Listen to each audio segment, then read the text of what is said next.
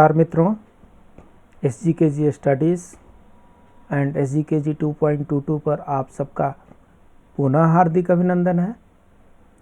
और अभी हम जो चर्चा करने जा रहे हैं, अभी इस सेशन में जो चर्चा का विषय है वो है रिफाइंड तेल जहर समान।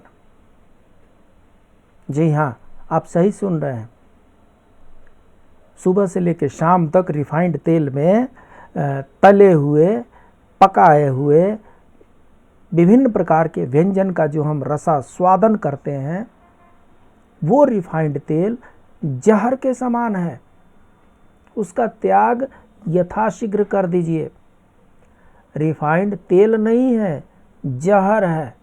ऐसा हम नहीं कह रहे हैं, ऐसा इनके तथ्य कह रहे हैं, ऐसा वैज्ञानिक एक्सपेरिमेंट कह रहे हैं। और इसलिए भलाई इसी में है कि आज ही अपने घर से इसे दूर निकाल दीजिए, फेंक दीजिए उठा करके रिफाइंड तेल, अगर घर में है तो। जानिए इसकी सच्चाई के बारे में। जहर से कम नहीं है खाने में रिफाइंड ऑयल का इस्तेमाल करना। जी हाँ, ये रिफाइंड ऑयल है, ये जहर से कम नहीं है। आइए समझते हैं चीज़ों को। होता ये है कि हम भारतीय हैं और भारतीय जो होते हैं खाने पीने में स्वाद को बड़ा ही वरीयता देते हैं। और स्वाद को बढ़ाने में तेल और मसालों का अभूतपूर्व योगदान है। इनके बिना तो खाने का स्वाद बढ़ता ही नहीं है। जहाँ तक बात रही मसालों की, तो मसालों में कुछ विटामिन्स होते हैं, कुछ मिनरल्स होते हैं जो हमारे शरीर के लिए आवश्यक है। और जो ऑयल होता है, जो तेल होता है, उसमें फैट होता है, वसा होती है, कैलोरी होती है। और वो जो वसा और कैलोरी जो होती है हमारे शरीर के लिए आवश्यक है। ऑयल और मसाला ये दोनों आवश्यक है। फिर समस्या क्या है? कुकिंग ऑयल के तौर पे यहाँ कई तरह के तेल यूज किए जाते हैं, जैसे रिफाइंड ऑयल, सरसों ऑयल, ऑलिव ऑयल। कई घरों में सरसों तेल से ज़्यादा खाने में रिफाइंड ऑयल यूज किए जाते हैं। इनके पीछे सबसे बड़ा कारण यह है कि इसकी कीमत कम होती है, किफ़ायती भी होता है, टेस्ट में न्यूट्रल होता है, कलरलेस होता है। अगर सरसों तेल में पूरी बनाएंगे तो येलोइश दिखेगी, शायद उतना टेस्टी हमें नहीं लगे, क्योंकि हम रिफाइंड ऑयल के हैबिचुएटेड हो गए, आदी हो गए हैं। रिफाइंड ऑयल ने हमें इस तरीके से अपने गिरफ्त में ले रखा है कि सरसों तेल की पूरी हमें ख़राब लगेगी। हो सकता है 2-4 दिन ख़राब लगे, लेकिन सेहत के लिए सरसों तेल ही अच्छा है। रिफाइंड ऑयल जहर है। अगर आप भी रिफाइंड ऑयल का ज़्यादा इस्तेमाल करते हैं तो आपको तुरंत बंद कर देनी चाहिए, क्योंकि इससे कई तरह की जानलेवा बीमारी होने का खतरा रहता है। आइए जानते हैं। दरअसल रिफाइंड ऑयल न केवल गुणों से रहित होता है, मतलब इसमें कोई भी गुण नहीं होते हैं, बल्कि यह एक धीमा जहर है जो धीरे धीरे आपको बीमारियों और असाध्य रोगों की ओर ढकेल रहा है। वहीं यदि आप प्रतिदिन अनहेल्दी ऑयल में भोजन बनाते हैं तो यह ऑयल आपका वेट गेन, हार्ट में ब्लॉकेज, डायबिटीज़, यहाँ तक कि कैंसर तक का भी कारण बन सकता है। ऐसे में प्रश्न उठता है कि आखिर रिफाइंड ऑयल बनता कैसे है? ऐसा क्या हो जाता है रिफाइंड ऑयल में कि वो इतने रोगों का वो जन्मदाता बन जाता है, इतने रोगों का खान बन जाता है? आइए जानते हैं रिफाइंड ऑयल बनता कैसे है। तो भारतीय मार्केट में जो उपलब्ध ऑयल हैं उनमें सनफ्लावर होते हैं, राइस ब्रान है, ग्राउंडनट है, सोयाबीन है, और यहाँ तक कि कई प्रकार के ऑलिव ऑयल हैं। किसी भी प्रकार के ऑयल को रिफाइन करने में हम किस चीज़ की बात करें? रिफाइंड ऑयल की। तो किसी भी प्रकार के ऑयल को रिफाइन करने में 6 से 7 केमिकल्स का इस्तेमाल किया जाता है। ये इतनी आसानी से उसका कलर नहीं जाता, इतने आसानी से वो टेस्ट न्यूट्रल नहीं होता है। उसको टेस्ट न्यूट्रल करने के लिए, उसका कलर ख़त्म करने के लिए, उसका चिपचिपा जो चिपचिपाहट है उसको ख़त्म करने के लिए 6 से 7 केमिकल का इस्तेमाल किया जाता है। और जब इसे डबल रिफाइन किया जाता है तो केमिकल की ये संख्या बढ़ करके 12-13 तक हो जाती है। ये केमिकल ऑर्गेनिक नहीं होते बल्कि ये अत्यधिक नुकसानदायक होते हैं। और इन नुकसानदायक केमिकल से रिफाइंड ऑयल को बनाया जाता है। कैसे करते हैं? रिफाइंड ऑयल को प्राप्त करने के लिए जो भी ऑयल है, ग्राउंडनट ऑयल ले लीजिए चाहे सनफ्लावर ऑयल ले लीजिए, उस ऑयल को क्या करेंगे 200 डिग्री से अधिक टेम्परेचर पर लगभग 30 मिनट तक गर्म किया जाता है। 200 डिग्री से अधिक टेम्परेचर पर लगभग आधे घंटे तक गर्म किया जाता है। इतना हाई टेम्परेचर होने की वजह से ऑयल में मौजूद विटामिन्स, मिनरल्स पूरी तरह से जल करके नष्ट हो जाते हैं। जिस विटामिन्स के लिए, जिस वसा के लिए, जिस कैलोरी के लिए, जिस मिनरल्स के लिए हमें ऑयल यूज करना है, वो मिनरल पूरी तरह से जल करके समाप्त, क्योंकि 200 डिग्री पर ये 30 मिनट तक गर्म किया जाता है। इसके आगे के प्रोसेस को डिओडोराइजेशन कहते हैं। इस प्रोसेस में ऑयल को 2 बार फिर से हीट किया जाता है। इससे तेल का प्राकृतिक स्वाद और इसकी महक पूरी तरह से नष्ट हो जाती है। अगर आप सरसों तेल हाथ में लेंगे तो उसमें महक आएगी सरसों तेल की। अगर आप सोयाबीन का तेल लेंगे तो उसमें महक आएगी, लेकिन रिफाइंड में कोई टेस्ट नहीं है, कोई महक नहीं है, न्यूट्रल हो गया है। उसको न्यूट्रल करने के लिए ऑयल को 2 बार फिर से हीट किया जाता है। इतना ही नहीं, कुछ रिफाइंड ऑयल जैसे कि ग्राउंडनट ऑयल है, तो ग्राउंडनट ऑयल में बेहतर टेस्ट, अब देखिए अभी तक तो न्यूट्रलाइजेशन हुआ, न्यूट्रलाइजेशन के बाद से अब उसको टेस्टी भी बनाना है, तभी तो आप उसके आदी बनेंगे। सो ग्राउंडनट ऑयल में बेहतर टेस्ट और खुशबू लाने के लिए आर्टिफिशियल फ्लेवरिंग एजेंट्स अर्थात कुछ और ख़तरनाक केमिकल्स और आर्टिफिशियल सेंट्स मिलाए जाते हैं। जी हाँ, इसमें खुशबू लाने के लिए आर्टिफिशियल फ्लेवरिंग एजेंट्स अर्थात कुछ और ख़तरनाक केमिकल और आर्टिफिशियल सेंट मिलाए जाते हैं। इन सभी प्रोसेस के बाद जो बचता है वो पूरी तरह से रंगहीन होता है, गंधहीन होता है, स्वादहीन होता है और कई बार तो उसमें खुशबू होती है, और हाँ, पोषणहीन ऑयल प्राप्त होता है जिसे हम रिफाइंड ऑयल कहते हैं। सो रिफाइंड ऑयल क्या है? गंधहीन है, रंगहीन है, स्वादहीन है, पोषणहीन है, उसमें कोई विटामिन नहीं है, कोई मिनरल नहीं है, कुछ है ही नहीं उसमें। वो 200 डिग्री पर गर्म किया जा चुका है। तो इसमें केमिकल का प्रोसेस कैसे होता है? सबसे पहले न्यूट्रलाइजेशन होता है। तेल के साथ कॉस्टिक या साबुन, कॉस्टिक सोडा तो आपने सुना ही होगा, साबुन को कॉस्टिक सोडा भी कहते हैं। सो कॉस्टिक सोडा से वस्त्र वगैरह धोए जाते हैं। तो तेल के साथ कॉस्टिक या साबुन को मिक्स करके 180 डिग्री फ़ारेनहाइट पर गर्म किया जाता है, जिससे तेल के सभी पौष्टिक तत्व नष्ट हो जाते हैं। ये हो गया न्यूट्रलाइजेशन प्रोसेस। उसके बाद क्या होता है? ब्लीचिंग प्रोसेस में ये जाता है। इस विधि में प्लास्टर ऑफ पेरिस, जिन लोगों के हाथ पैर कभी चोट लगी होगी, टूटे होंगे, तो आपने देखा होगा कि वो प्लास्टर ऑफ पेरिस का वो क्या करते हैं, प्लास्टर करते हैं। तो बोलते हैं कि टेम्पोररी प्लास्टर है, ये परमानेंट प्लास्टर है, कच्चा प्लास्टर पक्का प्लास्टर भी बोलते हैं। उस प्लास्टर को आजकल घर में पुट्टी वगैरह के रूप में भी यूज किया जा रहा है। जो प्लास्टर ऑफ पेरिस है मकान बनाने में भी उपयोग किया जा रहा है, का उपयोग करके तेल का कलर और मिलाए गए केमिकल को 130 डिग्री फ़ारेनहाइट पर गर्म करके साफ किया जाता है। तो न्यूट्रलाइजेशन हो गया, ब्लीचिंग हो गया।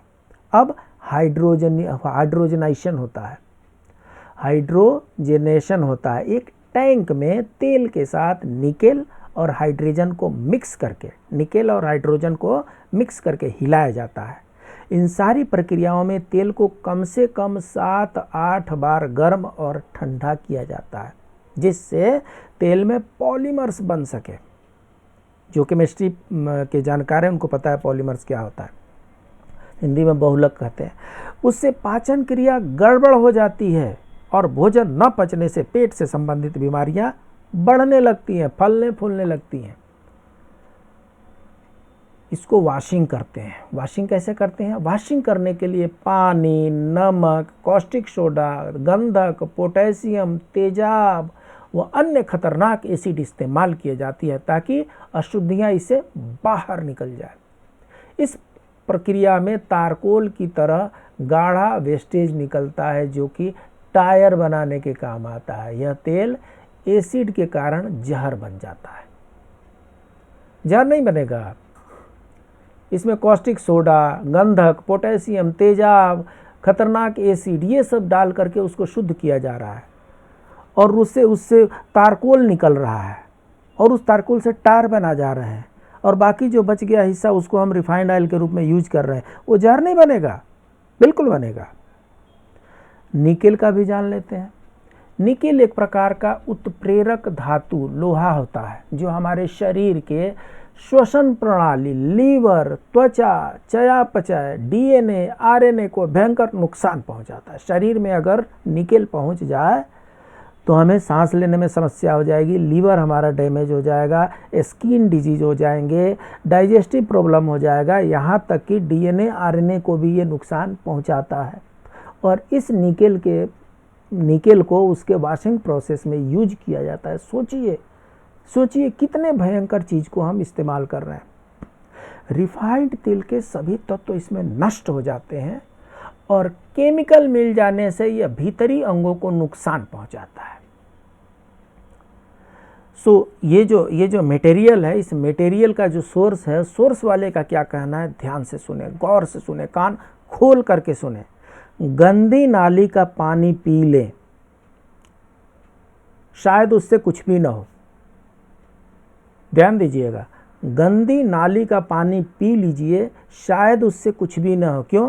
क्योंकि हमारे शरीर में रोग प्रतिरोधक क्षमता होती है और उन रोग प्रतिरोधक क्षमता की हमारे पास जो इम्यूनिटी होती है तो उन बैक्टीरिया को लड़ करके नष्ट कर देती हैं।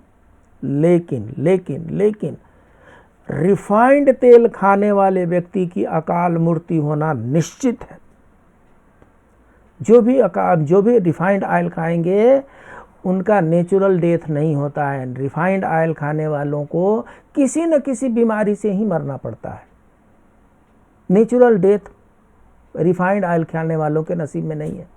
प्राकृतिक मौत उनको नहीं मिलती है। उनको मौत मिलती है कैंसर की, मौत मिलती है डायबिटीज़ की, मौत मिलती है स्किन डिजीज़ की, मौत मिलती है लंग उनके इन्फेक्ट हो गए, मौत मिलती है ब्रेन उनके इन्फेक्टेड हो गए, बॉडी में कई प्रकार के डिजीज़ हो गई। ये होता है रिफाइंड ऑयल का कमाल, और जिसको बड़े हम चाव से आनंद के साथ उसको ग्रहण करते जा रहे हैं।